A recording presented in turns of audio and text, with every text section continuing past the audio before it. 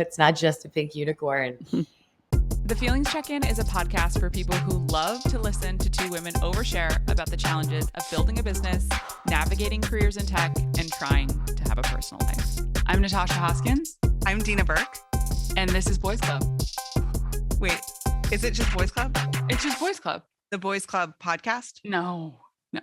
Just Boys Club. So on today's Feelings Check-In, we have Mary Catherine Lader, Chief Operating Officer at Uniswap Labs. Welcome to the show. Thanks for having me. We're super excited to have you, especially right now. It's been a bit of a weird week. The markets are not good. And so I'm wondering how you're feeling. Feels like an appropriate place to start the Feelings Check-In with you. Well, it's also raining in New York City, which is where I live and work. So that informs my day and my feelings today. Vibes are down. Vibes are down bad. Yeah, vibes are at least muted. They're at least very muted. And there were high vibes over the weekends of FWB Fest. I know we did some stuff with you guys. So I think there was plenty of excitement over the past few months, and this is a shift. But, I worked in markets my whole career and in crypto full-time now for 3 years. So it doesn't get to me. Nice. That makes one of us. Yeah, I know. Well, it doesn't mean that I have empathy for how painful it is. I just sort of, I had these little Uniswap price widgets for different tokens and Ether and stuff like that on the home screen of my phone. And at times like this, I just delete them. You know what? I'm going to do that because I'm finding that to be the most disruptive thing is I get my notifications and it's ETH is down 5% over the past 4 hours. And I'm like, I don't need to see this in my day to day. No, unless you're going to do something, I'm not going to do anything. No, exactly. So who needs to know then? Totally. I want to know about your background. I know you had a prestigious career in TradFi, made the jump to DeFi. Tell us a little bit about that. Yeah. Well, I first got interested in crypto in 2011. I first bought Bitcoin in 2011 when I read the Bitcoin white paper and then started BlackRock's. I had a fintech startup after I graduated from law school and business school, shut it down. It's too early, ahead of its time. And then I went to BlackRock and my second week there started their digital assets work. Basically, Larry Fink, who's the CEO and founder of BlackRock, in an all-company town hall, was asked what he thought of Bitcoin in 2015. And he was like, I think it's mostly for money laundering, but maybe there's some potential. And I, having started my career during the financial crisis on a trading desk, felt really strongly that there was a lot of potential for an open financial system, wrote a memo of what BlackRock should do, not really knowing who would ever read it. And they were like, hello, you are now in charge of figuring this out. So 2015, I spent I started a little lab of developers and experiments at BlackRock to build on Ethereum, which was, Ethereum had been around for a year. So that was a very different time. It was the first wave of enterprise blockchain, still a time when financial institutions were interested in private blockchains and really not even considering public blockchains. The fact that we were building experiments on Ethereum was unusual. And then I didn't do that as my full-time job. It was a 6-month kind of project exploration. And I was still responsible for overseeing it, but I went on to build other fintech businesses that were directionally my passion, which is trying to make the financial system more accessible. In BlackRock? And better. At BlackRock. Yeah, exactly. So I built a digital, a robo-advice, digital wealth management business. Then I built a sustainable investing and climate risk business. And then a friend of mine had joined Uniswap in 2020 as their head lawyer. And was like, the whole time I've known you, you have been passionate about blockchain and crypto. And the whole time I've known you, you've still worked at BlackRock. And so this company can change the world, but so many things have to go right and be done right for that to happen. And if you don't leave to do this, just look yourself in the mirror tomorrow and say, I'm a big company person. And I was just like, oof, that was harsh. And so, and not true. I found a startup. I was, and so as I got to know Hayden and the team, which was 10 people at the time, it was just obvious to me that Uniswap was a totally new thing in the history of financial markets. So it was really a no-brainer. It wasn't a really fraught decision. It was pretty obvious to me that this was going to be something that spoke to me and what I hope is possible in my lifetime in changing the financial system. So it was an easy transition. It wasn't a hard transition. It wasn't a hard decision. And I've been at Uniswap now for 3 years. And were most of your friends and people around you and colleagues, they weren't surprised to hear you going into crypto?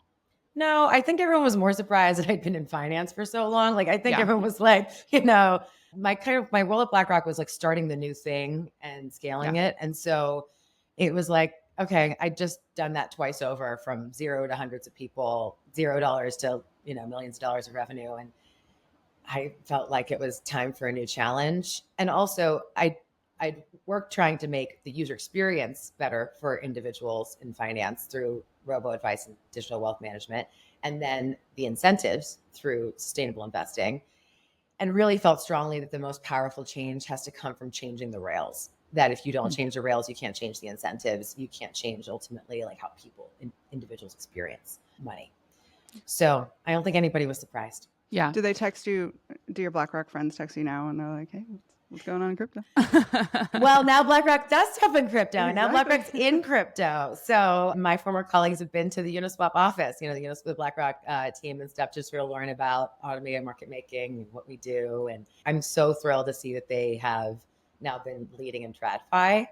And because I think it makes a lot of sense. Like BlackRock is very long-term oriented in the context of established financial institutions and on the side of the investor, right? They're not they are sort of an intermediary, but they aren't in the like long chain of intermediaries. They're the closest to an investor, right?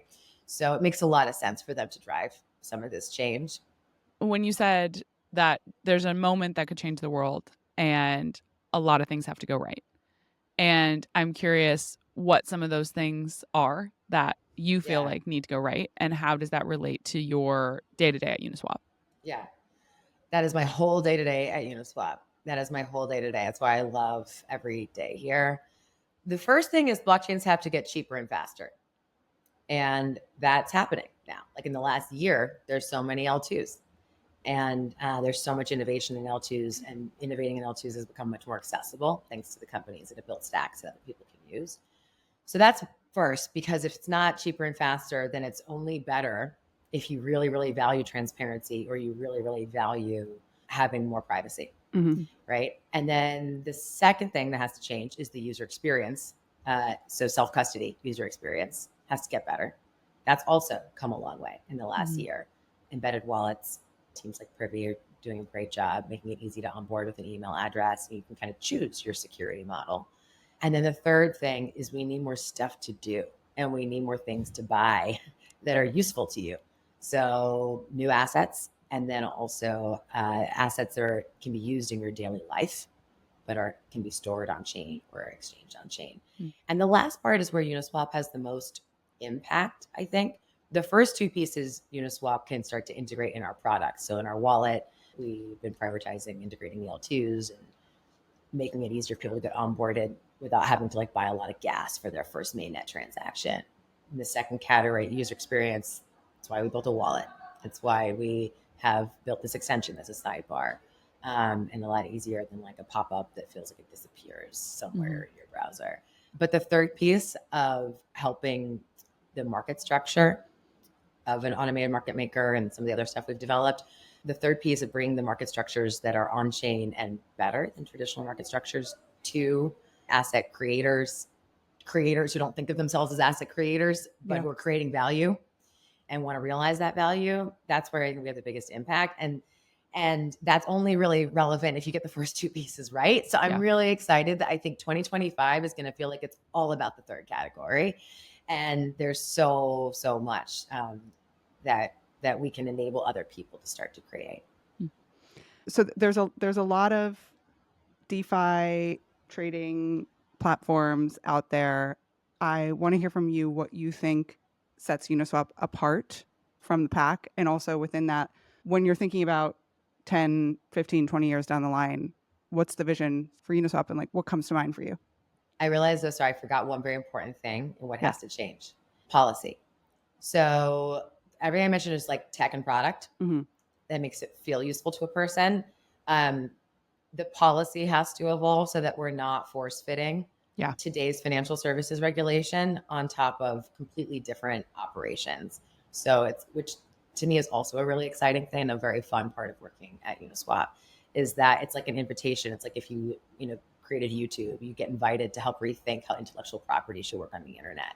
But there needs to be an invitation to do that. Yeah. And so like if we can change the rules so that they achieve the same goals of keeping people safe from fraud, making sure that governments can collect taxes, reducing illicit activity and money laundering, at least making it more traceable than it is in the traditional system. And then finally, like systemic risk, managing systemic risk, then we have the potential for like a clearly better system. But if you have to apply all the way that things are regulated today, their rules are shaped around today's operations, and it like kills interoperability. It kills your ability. It kills a lot of the ability of having a portable account and self-custody. Mhm. And those are really positive benefits for the system and for people.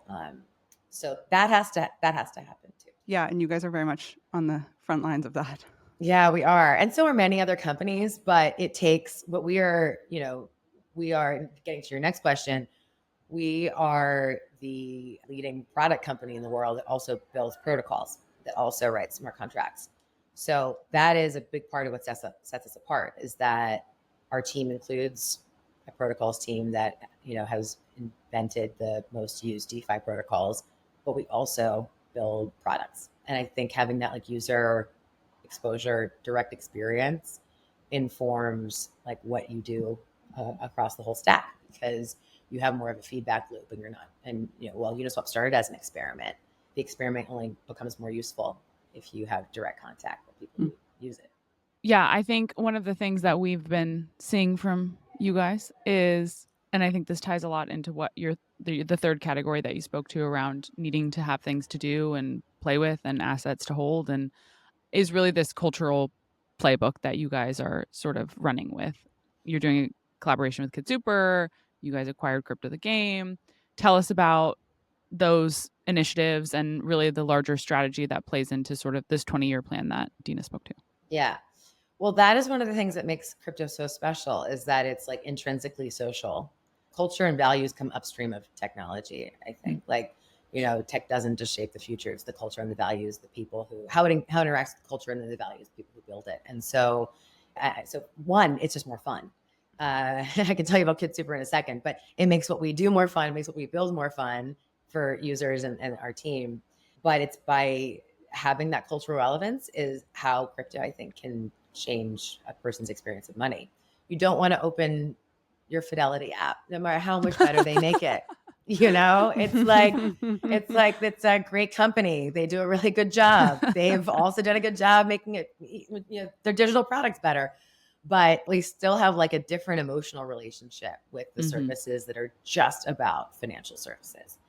And so a big part of Uniswap connecting with culture, whether it's fashion or games, is to change the relationship that we all have with value in our lives. But the founder, one of the co-founders of Crypto the Game, Dylan, put it well. He's like, crypto just makes the internet more fun, right? It also just means that like you have an interaction around something online or on chain in this case. KidSuper we did just because Hayden is friends with Colm, the designer and founder of KidSuper, and they've known each other for years. Hayden wears KidSuper, I think, almost every day. Oh my gosh. And Oh, wow. yes. And it just seemed like a fun place to start, because the KidSuper team is like experimental. They love doing new things. And we also were looking for a great test zone to try a pay experience. And so at our like small lunch party, we had like a pay with the Uniswap wallet experience. And so we tried to have like a product challenge that was part of the partnership in addition to the merch. And then Crypto the Game, we were just so impressed with how the team really connected with so many people and kept people engaged. They deliberately scoped the game to just a few hundred people, but people were obsessed with it for the few days that they played. Did either of you play? Oh, did we play? It was my whole personality. We did a companion podcast with Dylan for this last season. So yes, very, very much in the Crypto the Game world. Yeah. What did you like about the game? Oh my gosh, I'm a really competitive person. So the first season I played, I was like really in it to win it. I was like, I am gonna buy an apartment. I'm gonna win, and I'm gonna buy an apartment. And Delulu energy around it. And then second season, we were doing the companion podcast, so I knew we would be targets. very early on because everybody was like, you guys have intel. And I was like, we have no intel at all. I did some maneuvering and did stay a few days longer than everybody knew. Did use the podcast to my advantage in that way. But what's so amazing about crypto is that you meet all of these people online that care about similar things to you and that have a desire to see the world look different in some capacity. I think that's why most people get into crypto. And then you have that shared sort of muscle memory with all of them. And then you have this like crazy thing that you do online for 10 days and you meet all these interesting people. And it's so driven by like actual connection to other people, which is what makes me most excited about the technology is like this ability for how it engages into the real world with real people and their actual daily lives. And I think Crypto the Game is like a beautiful picture of how that comes to life for people who are deeply online and spend too much on the time on the internet to actually then like forge relationships that exist in person. And I was just at Fest and there were so many people that it was like, oh my God, we were in the same tribe or like you voted me off or like whatever. And you have this like now fun thing that you get to share with people in a very special way. So yeah, I had a great time playing. Huge fans. Yeah, one of the only downsides, maybe the only downside of the Crypto the Game team now being part of the Uniswap Labs team is that I don't know if we will be able to play the game. I don't know. We gotta figure that out. I can see that. Yeah. I know. Conflict of interest, perhaps. Yeah, exactly. TBD. I want to talk about how you think about bringing new users, new people to crypto, or how Uniswap thinks about meeting new people in crypto. It's interesting the way that I've heard you through this interview talk about Uniswap, where you have the protocol, but also this suite of products that you're launching aggressively. We have the Uniswap extension, and then you were speaking to like this payments experience that you're experimenting with. That's giving everything app type vibes, which I think is really exciting. But when I think about sort of the ecosystem of crypto, I wouldn't think of Uniswap as the first place that it's not a fiat on-ramp. Yep. And so there's a relationship to the traditional exchanges, the centralized exchanges, and then you guys are sort of this one layer in. And that's challenging when you're thinking about new users and engaging people who are totally fresh and green to the space. So I'm curious, would love to hear you talk about that a bit. Yeah. Our focus is on users who are going to swap. We're going to use our products. Yep. And so look, we are a small team. We're 110 people based in New York, but about half the team is remote. And as a matter of just focus, we only really are like reaching out and talking to users who will be comfortable with a self-custody onboarding experience as it exists right now. And so as our product evolves and crypto evolves, we can speak to more people.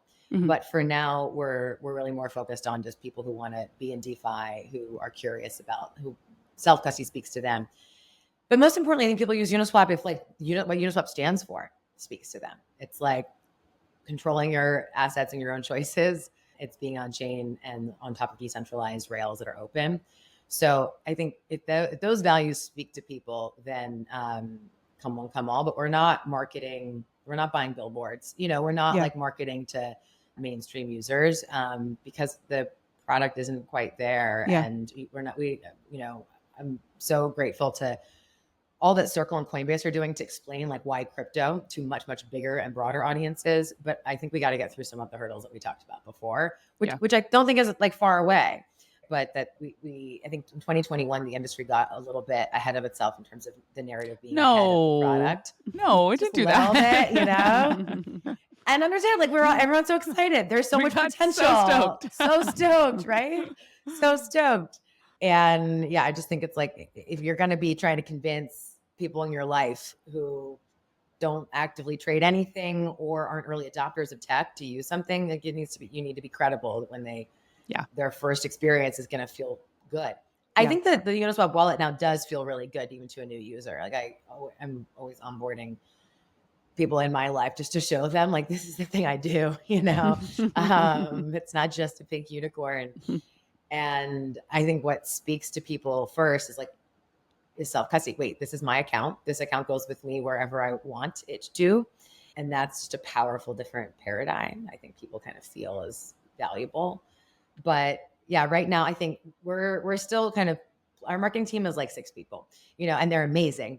But we're still playing in the area of people who are here for what we stand for and already kind of curious to begin with. Yeah, that makes sense. Okay, I want to talk a little bit about Uniswap extension. Tell us about some of the insights on shipping that product. What has that been like? And what was the motivation there? Yeah, well, the motivation is that it should feel like you just have fewer clicks. Just make it simpler. Getting to like what would it take to then onboard more users to crypto and kind of like bring all these benefits to everybody if you have to download 3 different apps and connect between them and it pops up in a way that like nothing you use on the internet does. Like not even Honey and the other extensions quite feel like a traditional web crypto self-custody web experience, right? Even they are a little bit more like present with you all the time. So in designing the extension, that was important. Like, how can you feel safe and secure and confident that you like aren't clicking on the wrong thing, and that you haven't lost your place, and like kind of forgotten where you were.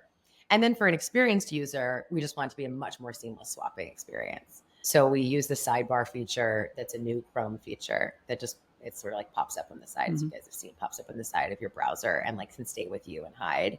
It just feels much more organic, and so you can still have the choice that's part of crypto, but have a little bit more of like the comfort that's part of a traditional Web 2 experience and what feels like an account, even though it's still only your account. It's not even a Uniswap account. Yeah. So it was a lot of fun. How's the reception been? I think reception's been really positive. And look, a web extension first of all, if you already use one, it feels like a high switching cost.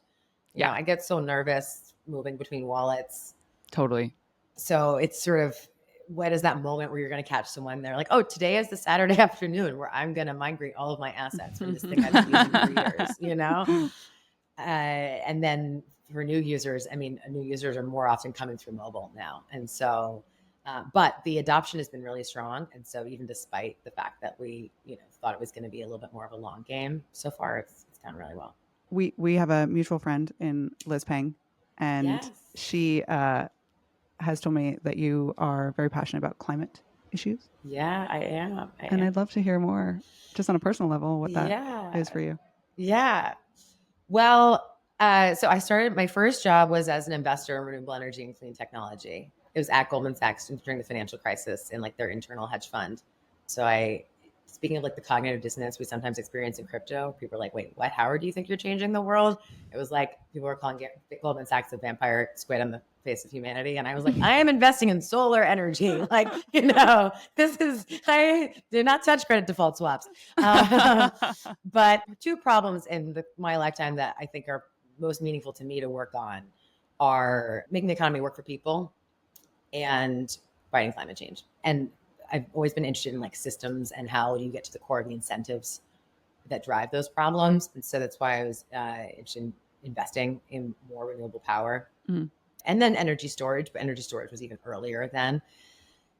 The thing about climate is that it's such a complex multi-stakeholder problem. Like crypto touches policy, but really it's the policymakers trying to figure out what to do and then try and because it's such a new zone, there's actually a lot more room, I think, for like quick creative impact.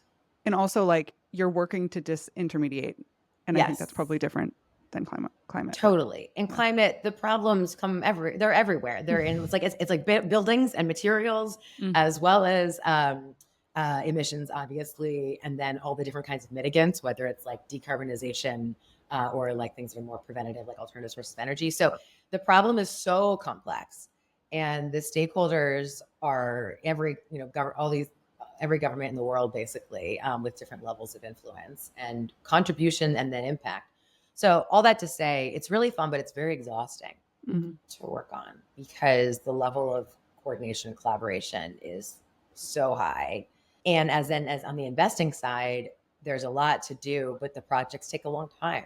Yeah. So if you're investing in the tech, it takes years for things to develop. And if you're investing in projects, it takes years for things to get permitted. So I had an amazing experience in that like first job. I saw an opportunity in state level solar credits that weren't really being used. And so started a door-to-door residential solar company just with my boss at Goldman Sachs. Yeah.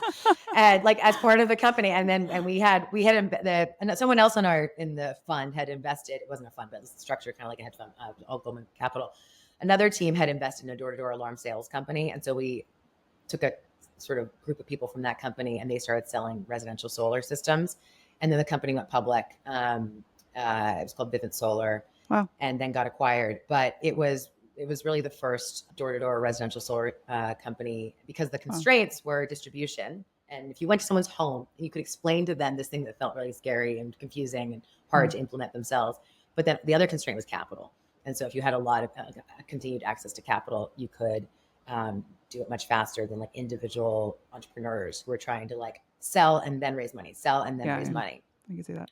So that was an amazing experience that had a real impact. And then I was really tired. And so I like switched to fintech, the other problem that I am really passionate about. Went back to sustainability and climate risk later in 2020, and then was focused on like, what are the incentives? So this was when BlackRock started focusing a lot on sustainable investing. A lot of governments around the world were trying to create rules to incentivize sustainable investing. But the challenge is it's very hard to measure what a sustainable investment is. And it's one, to collect the data, define those things, and then third, to implement. And so, yeah, anyway, I loved it. I still care a lot about it, but what do you I need a break. I hear you. What do you think about the, some of the crypto meets climate projects, tokenized carbon credits, stuff like that? Yeah, well, zooming out, part of what I think crypto can make possible for capital markets is a lot more real-time information. Mm-hmm. Yeah. And then the ability as an investor, whether you're an institution or an individual, to make more informed choices about how you're allocating your capital. And so that's sustainability in my mind. It's like a subset of that. It's like trying to be more aware of what you're investing in and its impact on the climate, or think about the cost of capital and related to its impact on climate. You can only do that more effectively if you have more information. So at a very high level, I think it's great to think about intersection between the two. I think in practice, where it's been applied is mostly like the voluntary carbon markets, and the voluntary carbon markets, like I've just had, have a lot of challenges because, what's the quality control of whether something is actually offsetting emissions, and then who are the buyers and what are their goals? Yeah, the incentives get weird. Yeah. So I think it's early days, but like applaud those people who are trying to take the benefits of crypto and apply it to that market. Yeah. What do you think? Sounds like you care about it too. So I was at Cello for a little over a year, and we worked a lot with different carbon offset tokenization projects, and kind of same feeling, which is that it's early, and also that talk about like antiquated systems. I think that market has a huge uphill battle to deal with some of the entrenched players that I don't think are willing to give up their power very easily. But I think also an industry that could benefit tremendously from, like we were talking about before, that disintermediation. And so I am hopeful, but haven't really seen it yet. Yeah.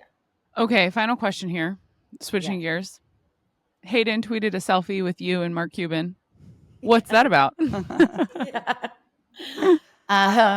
Mark Cuban is like such an amazing advocate for crypto that like, I think he's invested in some crypto companies or whatever, but he convened this like roundtable with the Biden administration. There's just been pretty limited interaction between the Biden administration and crypto companies. And so I think he was like, this is getting dark and severe. Like, let's all have a conversation. So that was at that event. And I felt I never take selfies, and but I was like, okay, our team will like appreciate it. And then I like started the selfie chain, because I was like, okay, we were chatting afterwards. And I was like, oh, can we get a selfie? And then everyone was like, oh, it's okay now. And they ran out. Oh no. Sorry, Mark Cuban. I'm so sorry. Everybody else then wanted a selfie too. But yeah, anyway, I think Hayden tweeted about what we covered, but we were just like trying to share, look, it's a bummer to be Americans who are trying to do a thing that you think is good in the world based in New York City and feel like your government doesn't want you here. Yeah. And in the same time, be invited by European governments and Asian governments to move. And so we were just sharing our firsthand experience of like, this doesn't make sense. And can you please fix it? You're like, there's someone in the room that can do something about it. Yeah, exactly. Are you feeling, we don't have to talk about politics, but I'm just, are you feeling hopeful? Who are you voting for? How are you feeling about just everything? We could keep it vague. How am I feeling? I mean, I agree with Hayden that I think it's important that crypto is not a partisan issue. Yeah. Because Uniswap is the biggest sort of dedicated DeFi company, but we are still a small company. And like, we should be spending our time building products and improving users' experience and talking to users. It's great to be part of policy, but like, if we have to do this every 4 years, or if we have to be kind of like constantly, it's just not what technology companies should be spending a tremendous amount of their time doing. You want to kind of like have an initial dialogue, get it right, and then go from there. So I really hope that this is an opportunity, like having it change the Democratic ticket and then all of Trump's attention on crypto. I hope it's an opportunity to like just kind of have a reset over the course of the next like weeks, months, year. Nice. That was very diplomatic answer. Yeah, wow. I'm like, someone's had some media training. I'm like, I need to brush up. No, that's It's great. yeah, it's great to hear. MC, thank you so much for coming on. It was so nice to spend some time with you. Such a pleasure. Thanks for having me. It's great to talk to you guys.